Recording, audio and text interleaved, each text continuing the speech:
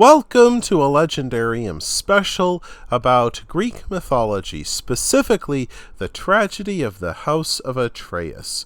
In this episode, we will learn about one family who offended the gods during the first generation of humanity and would be tormented for generations by a curse that drove them to murder, incest, and cannibalism.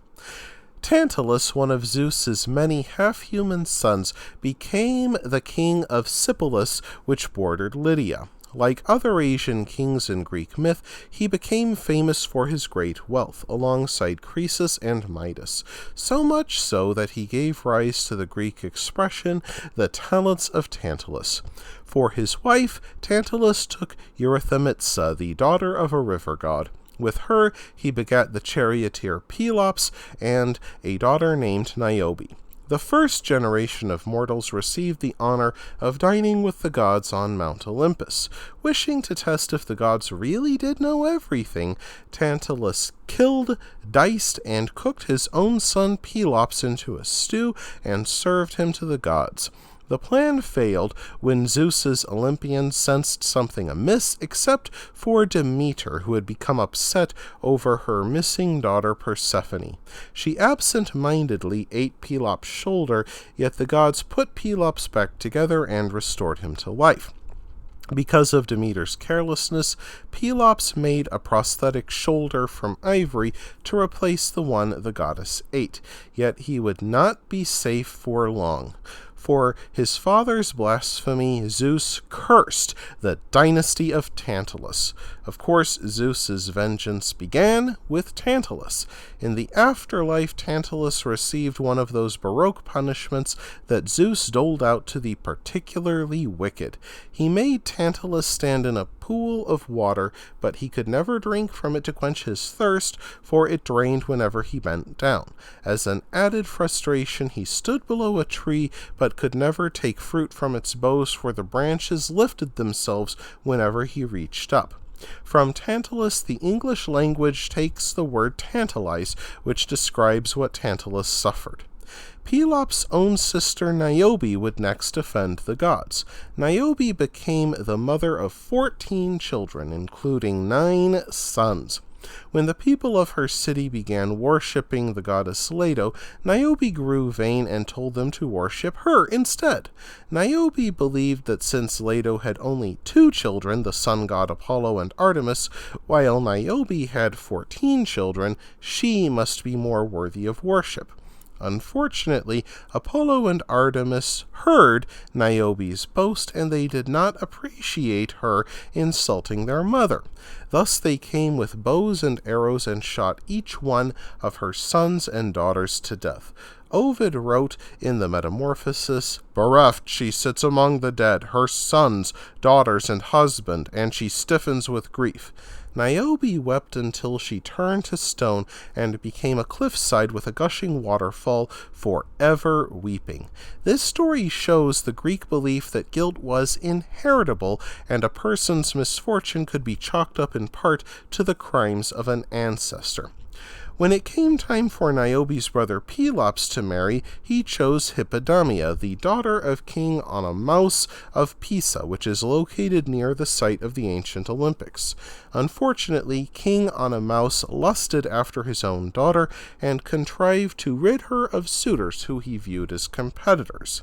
King Oenomaus challenged all his daughter's suitors to a chariot race, which he always won because of his unbeatable horses, and thus kept his daughter for himself. Yet, with the help of a palace slave named Myrtilus, Pelops rigged the king's chariot to fall apart during the race, which killed King Oenomaus. His way cleared, Pelops thus married Hippodamia. However, he found a rival when Myrtilus, his former collaborator, tried to sleep with his new wife and queen. So Pelops murdered Myrtilus, yet in the process, Pelops added more curses to the already weighty family inheritance. Pelops and Hippodamia had 2 sons named Thyestes and Atreus.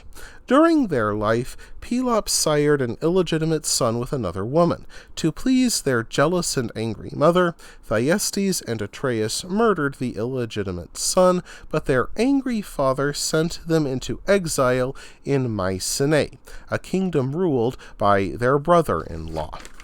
When the king of Mycenae died, Atreus connived to seize control of the kingdom. However, a jealous and vengeful Thyestes stole Atreus's golden fleece and then seduced Atreus's wife Ariope, siring several children with her. Unsurprisingly, this did not endear him to his brother king, and Thyestes became an exile for a second time in his life. In keeping with the family's tradition of self-destruction, Thyestes even committed incest with one of his daughters, siring an infant named Agathias. In time, King Atreus allowed his brother Thyestes to believe he had been forgiven. A relieved Thyestes joined a feast at the invitation of his brother. When the slaves brought the final course in, King Atreus revealed a platter which contained the heads of all Thyestes' children except for the infant Agathias. Unsurprisingly, a furious Thyestes cursed his brother and left. Years would pass before the curse came to pass. King Atreus had 2 sons named Menelaus and Agamemnon, who married the Spartan royal sisters Helen and Clytemnestra. Of course, the Trojan prince Paris absconded with Helen and started the Trojan War. In keeping with the family's tradition of offending the gods, Agamemnon refused to sacrifice to the gods before his fleet left. Thus the gods stranded Agamemnon's fleet at Aulis with adverse winds. Desperate, Agamemnon agreed to sacrifice his own daughter by Clytemnestra for favorable winds. Clytemnestra refused to allow her daughter's death, so King Agamemnon tricked Queen Clytemnestra into sending their daughter Iphigenia by claiming she would marry Achilles. Instead, Agamemnon sacrificed her upon his arrival.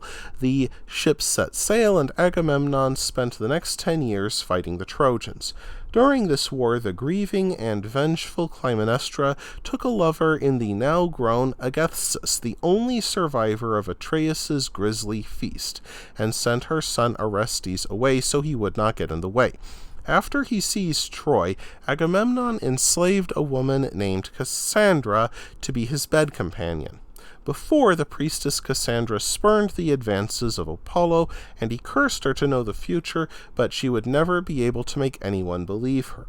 Upon Agamemnon's return, Cassandra warned her master that his wife would murder him, and of course he did not believe her. Upon entering his bathtub for a soak, Queen Clytemnestra and her lover Agathias stabbed Agamemnon to death in the tub, then murdered Cassandra. Agathias, the son of Thyestes, thus murdered Agamemnon, the son of Atreus, continuing the family's tradition of murdering their own kinsmen. Orestes returned home to find his sister pouring funeral libations for his father and swore vengeance. Upon receiving Apollo's blessing to avenge his father, he promptly took vengeance by murdering his mother. However, the Furies, doing their job in punishing matricides, then pursued Orestes across the world. Apollo, the patron of Orestes, who sanctioned the revenge murder to begin with, then appealed to Athena, who then appealed to a human court called the Areopagus. When the jurists split, Athena cast the deciding vote in favor of Orestes, for she judged fathers more important in the making of children than mothers, which says something about ancient Greek attitudes towards women.